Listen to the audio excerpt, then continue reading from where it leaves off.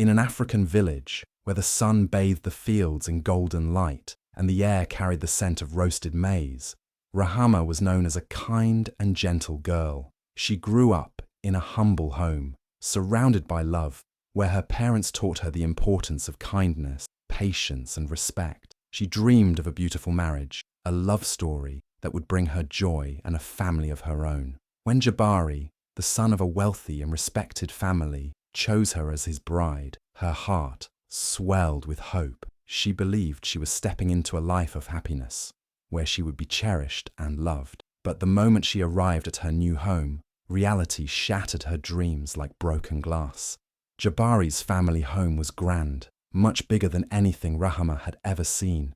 The walls were high, the floors polished, and the servants moved quickly to fulfill their duties. Yet, despite its beauty, the house felt cold, lifeless. As Rahama stepped inside with her henna-stained hands, her heart pounding with excitement, she was met with a piercing gaze that sent chills down her spine. It was Mama Gosi, her mother-in-law. The woman did not smile, did not welcome her, did not even acknowledge her as a daughter-in-law. Instead, she looked at Rahama as if she were dirt beneath her feet. From that moment, Rahama knew she was not welcome. Mama Gosi did not see her as a bride, but as an outsider, an unworthy village girl who had no place in her wealthy home. There was no warmth in her voice, only sharp words and cold stares. The first night, while Rahama was still adjusting to her new life, Mama Gosi made it clear. She was not there to be loved, she was there to serve. Instead of celebrating her as a new bride, Mama Gosi treated her like a servant. Before Rahama could even recover from the long wedding ceremonies, she was ordered to wake up before dawn, long before the rest of the household. While other new brides in the village were pampered and cherished, she was thrown into a life of endless labor and cruelty. She soon realized that the marriage she had hoped for was nothing more than a nightmare, and the home she had entered was a prison where love did not exist. From the very first morning after her wedding, Rahama's life turned into a nightmare. Before the sun could rise over the African village, while the world was still asleep, she was jolted awake by the harsh voice of her mother-in-law, Mama Gosi. There was no kindness, no gentle words, only cold commands that made it clear that she was nothing more than a servant in the house. "Get up! There is work to do!" Mama Gosi's voice echoed through the wall, and Rahama, still exhausted from the wedding celebrations, hurried to obey. She had hoped marriage would bring her love and happiness, but instead, it had shackled her to endless labor. From dawn till late at night, she was forced to work like a slave. Before anyone else in the household stirred, she had to sweep the vast compound, scrub the floors until they shone, and fetch water from the well, with heavy clay pots balancing on her head. Every corner of the house had to be spotless, and if she missed even a speck of dust, Mama Gosi's sharp tongue would lash at her. "You are lazy, a useless village girl. You do not belong here," she would spit, her eyes filled with hatred. Rahama was never given a moment to rest. After cleaning, she was sent to the kitchen, where she had to cook meals fit for a royal feast. She spent hours grinding spices, stirring heavy pots of stew, and kneading dough for freshly baked bread. The aroma of rich stews and roasted meats filled the air, making her stomach growl, but none of it was meant for her. She could not eat until everyone else had finished, and even then, she was only allowed to have whatever was left, sometimes just scraps, sometimes nothing at all. Mama Gosi made sure she remained hungry, weak, and exhausted. The rest of the family sat comfortably, enjoying the food she prepared, while she stood in the corner like a shadow, waiting. If she ever dared to sit before finishing all her work, Mama Gosi would snap at her. "Did I bring you into this house to sit and enjoy? You are here to work." And so Rahama swallowed her hunger and kept moving, her body aching from the never-ending task. The nights were no better. While others retired to their soft, warm beds, Rahama was not allowed to sleep in the comfort of a bedroom. Instead, she was given a thin mat in the cold kitchen, where she curled up on the hard floor, shivering through the night. The silence of the house was her only companion, and sometimes she cried softly into the darkness, wondering if this was the life she was destined to live forever. Her body ached from exhaustion, and her stomach twisted in hunger, but no one cared. Mamagosi's cruelty had no limits. If Rahama ever made the slightest mistake, if she spilled water, if she broke a cup, if the food was not to Mamagosi's liking, she would face harsh punishment. One evening, while washing the dishes, a plate slipped from her tired hands and shattered on the ground. The sound of breaking porcelain was like a death sentence. Mamagosi stormed into the kitchen, her face twisted in anger. Without warning, she grabbed a kettle of boiling water and poured it over Rahama's hands. A sharp, agonizing scream filled the air, but no one came to help her. No one dared to stand up to Mamagosi, not even Jabari, Rahama's husband. Jabari, the man she had once trusted to protect her, remained silent. He watched as his mother tormented her, but he never spoke up. Whenever Rahama pleaded with him, his response was always the same: "You must endure. My mother knows best." His words cut deeper than any wound. He was her husband, but he had abandoned her. Days turned into weeks, weeks into months. Rahama's body grew weaker, her strength fading like the last embers of a dying fire. Yet, Mamagosi did not care. She continued to push her beyond her limits, treating her as less than human. The once vibrant and joyful girl from the village of Iko had become a shadow, her spirit crushed under the weight of endless suffering. Mamagosi found new ways to humiliate her. If guests visited the house, she made Rahama serve them, but she was not allowed to speak. If she dared to lift her head, Mamagosi would snap, "Lower your eyes. You have no right to look at my guests." The visitors would laugh, unaware of the silent pain Rahama endured. And when they left, Mamagosi's punishments grew even worse. She would find a reason, any reason, to beat Rahama, to remind her that she was nothing. Even the house servants, who should have been her allies, dared not help her. They too feared Mamagosi's wrath. The village women who once admired Rahama now whispered behind her back, pitying her fate, but unwilling to intervene. No one wanted to go against a woman as powerful as Mamagosi, and yet Rahama endured. Even as hunger gnawed at her stomach, even as her hands throbbed with pain, even as loneliness wrapped around her like a suffocating blanket, she refused to break. Somewhere deep inside her, a small flicker of hope remained, waiting for the day when she would be free from this torment. The cruelty deepened with each passing day. The hunger, the exhaustion, the never-ending torment. It became Rahama's new reality. Each morning, the smell of rich, delicious food filled the air, but it was never meant for her. She cooked grand meals, roasted meats, fragrant rice, thick stews, and golden, crispy bread. But once the family had eaten to their fill, she was left with nothing. If there were leftovers, she could have them, but often there was nothing left but bones and scraps.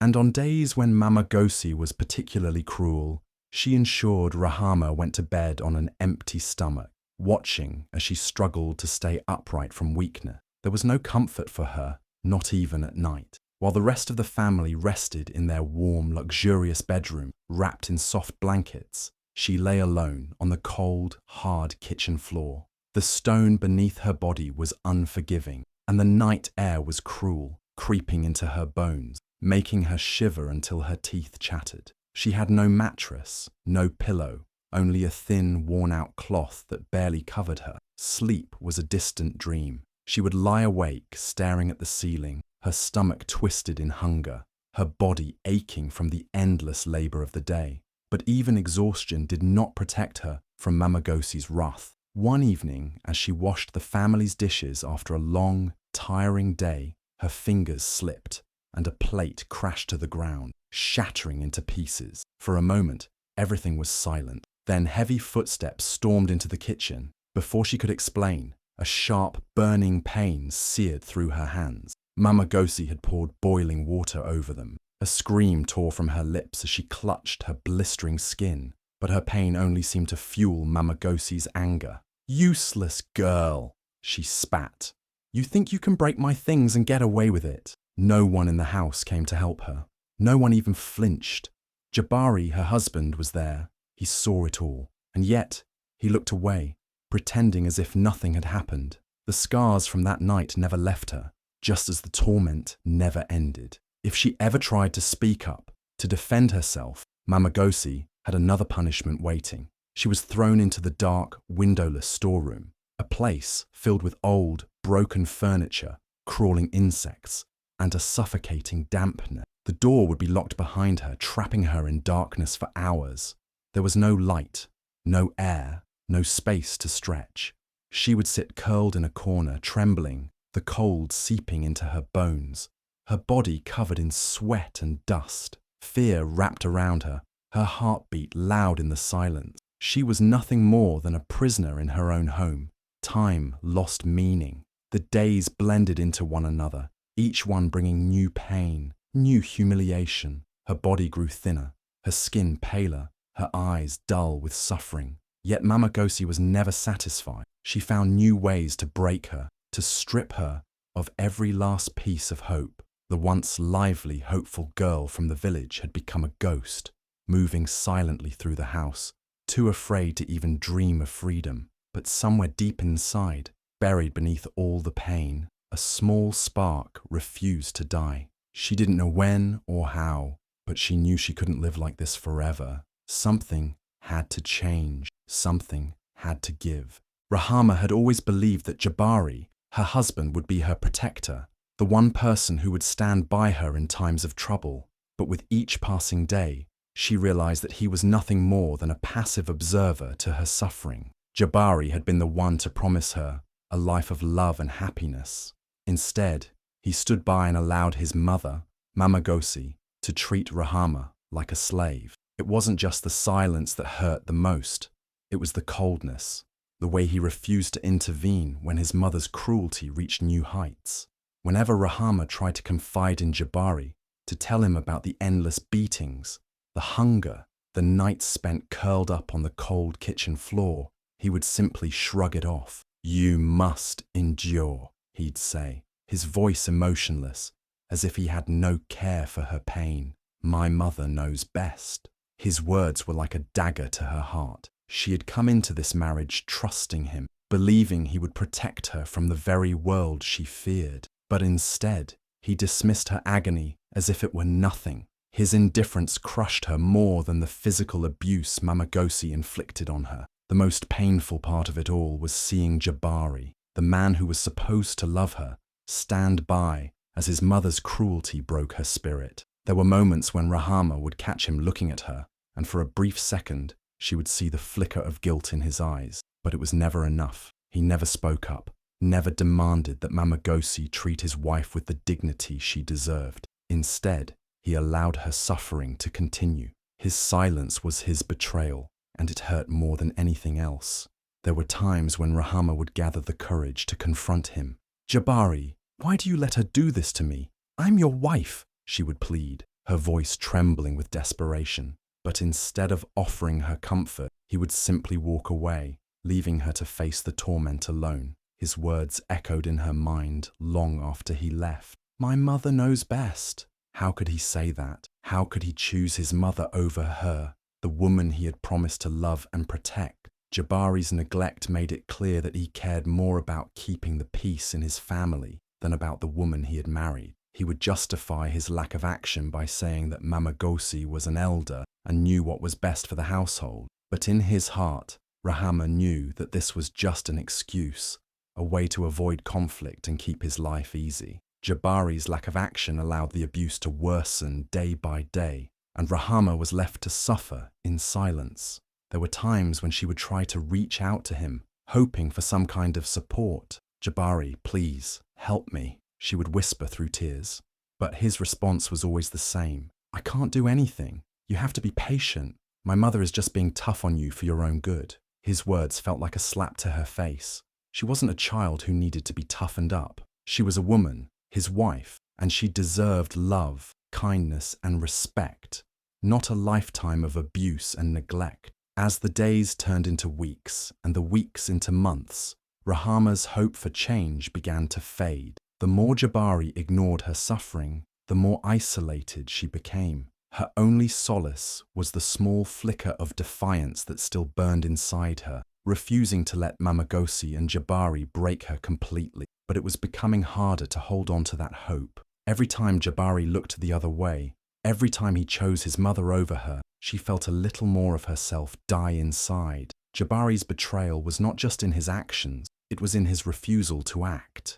He had become complicit in the abuse, turning a blind eye to Rahama's suffering. His silence had allowed Mamagosi to continue her cruel treatment, and as the abuse grew worse, so did Rahama's despair. The man who had promised to love her had become just another source of pain in her life, and the realization of that betrayal cut deeper than anything Mamagosi could do to her. In the end, Rahama wasn't just fighting Mamagosi's cruelty. She was fighting the silence and indifference of the man she had once loved, the man who had turned his back on her when she needed him the most. Days turned into weeks, and weeks into months, but the suffering never ended.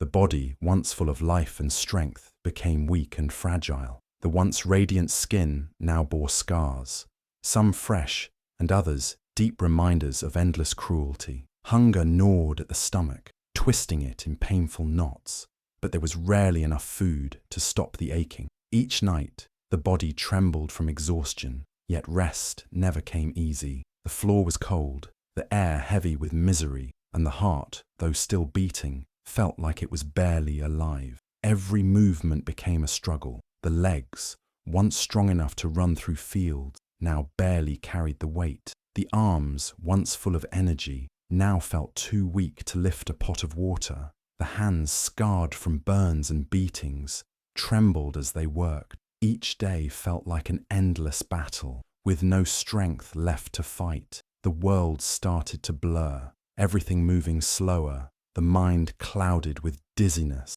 and fatigue. Pain became a constant companion. The body ached in places that never used to hurt. The back throbbed from hours of bending and scrubbing. The knees felt like they would shatter with every step. The stomach, long accustomed to hunger, had stopped growling as if it had given up. The skin clung tightly to bones, each rib visible beneath the worn-out clothes. Even breathing felt like a task, the chest rising and falling with difficulty.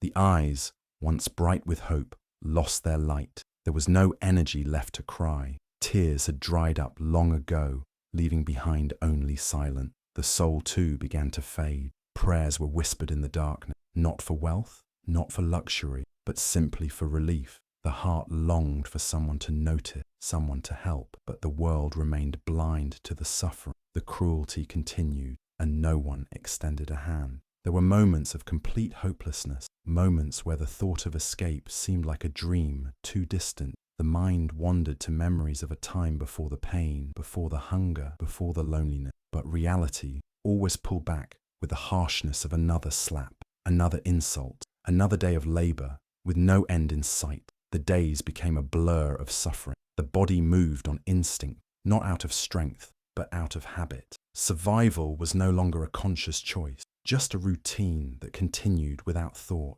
Hope had once burned bright, but now it flickered like a candle in the wind, threatening to go out at any moment. Yet, even in the darkest nights, a tiny voice inside whispered, one day, something would change. One day, there would be freedom. One night, as Rahama lay on the cold kitchen floor, the familiar ache in her body almost making it impossible to sleep, something strange happened. It wasn't the usual darkness of the night that wrapped around her like a heavy blanket, but an eerie calm that seemed to settle over the house. As she closed her eyes, trying to escape the pain, she felt a sudden warmth. It wasn't the warmth of comfort, but a strange kind of energy that made her breath catch in her throat.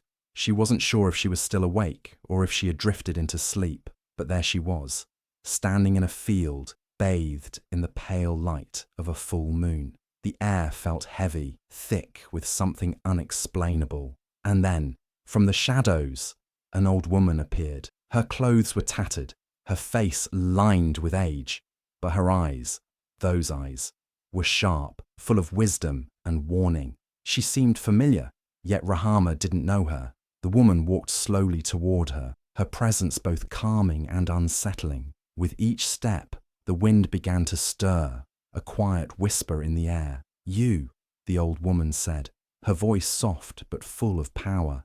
You are in pain. You are trapped. But remember this. Pain given is pain returned. The words sent a shiver down Rahama's spine. She wanted to speak, to ask what it meant, but her lips wouldn't move. The old woman's gaze never wavered, and she continued, her voice low and foreboding. The storm is coming. Rahama wanted to reach out, to stop the woman, to understand, but before she could, the vision started to fade. The moonlight disappeared, the field vanished, and she was back in the dark, cold kitchen. She gasped for breath, waking with a start, her heart pounding in her chest. The room was still, as silent as it always was, but the words from the old woman echoed in her mind. Pain given is pain returned. The storm is coming. What did it mean? Rahama didn't know, but she felt something shift inside her. A seed of hope, however small, planted itself in her heart. She had been waiting for someone to see her suffering, waiting for someone to step in. But now she understood that the change she longed for wouldn't come from others.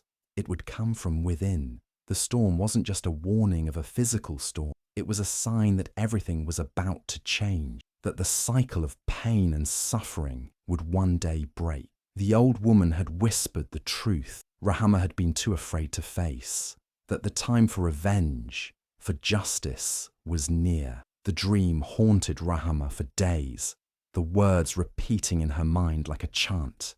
It gave her no peace, only a sense of urgency. She watched as Mama Gosi's cruelty continued, as Jabari remained silent, as the house fell deeper into misery. But now, Rahama saw the world differently. The warning of the storm made her realize that something had shifted in her. Maybe the storm was coming for Mama Gosi. Maybe it was coming for Jabari. The weight of the years of suffering was building up, and soon, the universe would balance the scales. She didn't know when or how, but the storm would come, just as the old woman had promised.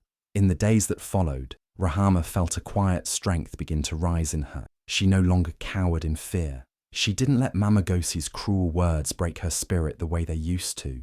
Though she still worked tirelessly, her heart began to beat with a new rhythm, one of defiance, one of silent hope. The storm was coming, and when it did, everything would change. She just had to hold on a little longer.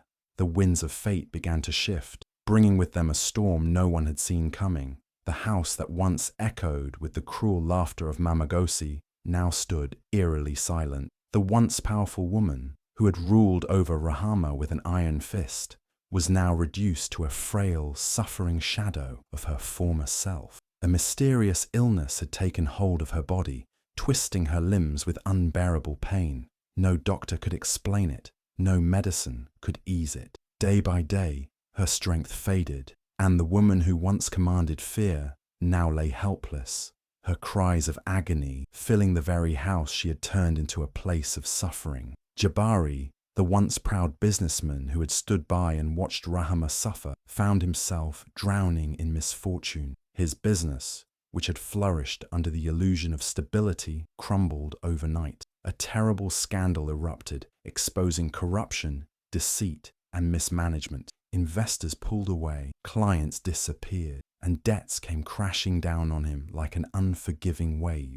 The wealth he had once taken pride in vanished, leaving him desperate and ashamed. The world he had built with greed and neglect now stood in ruin, and for the first time he understood the pain of helplessness. The villagers, who had once admired Mama Gosi's fake kindness and respected Jabari's status, now saw the truth. Whispers spread like wildfire through the village. The stories of Rahama's suffering, once hidden behind closed doors, were now spoken aloud in every corner. People who had once greeted Mama Gosi with respect now turned their backs on her. They refused to offer help, refused to acknowledge her, just as she had refused to show mercy to Rahama. Even the servants who once feared her cruelty abandoned the house one by one, leaving her to suffer alone. Jabari, too, found himself isolated. The friends who had once surrounded him disappeared. The village no longer welcomed him with open arms. He had been a man of power, a man of status, but now he was nothing. He walked through the streets, shoulders slumped, eyes filled with regret, but no one cared. He had watched Rahama suffer without lifting a finger, and now he was tasting the same loneliness, the same helplessness that he had forced upon her. The house that had once been a place of wealth and control now felt like a prison. The air inside was heavy with the stench of sickness, of misery, of karma delivering justice in the cruelest way possible. Mama Gosi, once feared and revered, now lay abandoned in her own suffering. Jabari, once proud and arrogant, now lived with the weight of his mistakes crushing him. The universe had not forgotten the pain they had caused, and now they were paying the price. Far away, Rahama had found peace.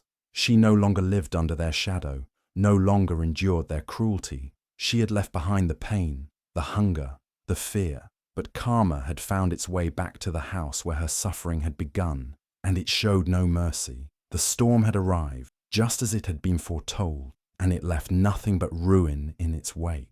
The darkness that had surrounded Rahama for so long was finally beginning to fade. After years of suffering, a light appeared in the form of a kind relative who had heard whispers of her pain. This woman had always suspected that something was wrong, but had never been allowed close enough to see the truth. Now, with everything falling apart in the household, she saw an opportunity to rescue Rahama from the misery that had consumed her life. Without hesitation, she arrived at the house and demanded to see Rahama. The moment their eyes met, Rahama felt something she had not felt in years: hope. The relative did not ask questions or wait for explanations. She simply extended her hand and said, "Come with me." For a moment, Rahama hesitated, afraid that if she moved, someone would stop her. But when she saw the determination in the woman's eyes, she knew this was her only chance. Walking out of that house felt surreal. Every step felt lighter, as if she was shedding years of pain with each movement. The cold walls that had trapped her were behind her now, and for the first time in years, she was breathing fresh air without fear. The road ahead was uncertain, but anything was better than the prison she had been forced to call home. When she arrived at her relative's home, she was met with kindness so pure that it almost felt foreign. A warm meal was placed in front of her, not leftovers, but fresh food made just for her. A soft bed was prepared, where she could sleep without the fear of being woken up by cruel demand. Gentle hands cleaned her wounds, not to punish her, but to heal her. Days turned into weeks, and slowly, Rahama began to heal. The scars on her skin would take time to fade, but the wounds in her heart were already beginning to close. She no longer flinched when someone spoke to her. She no longer felt invisible. For the first time in her life, she was seen,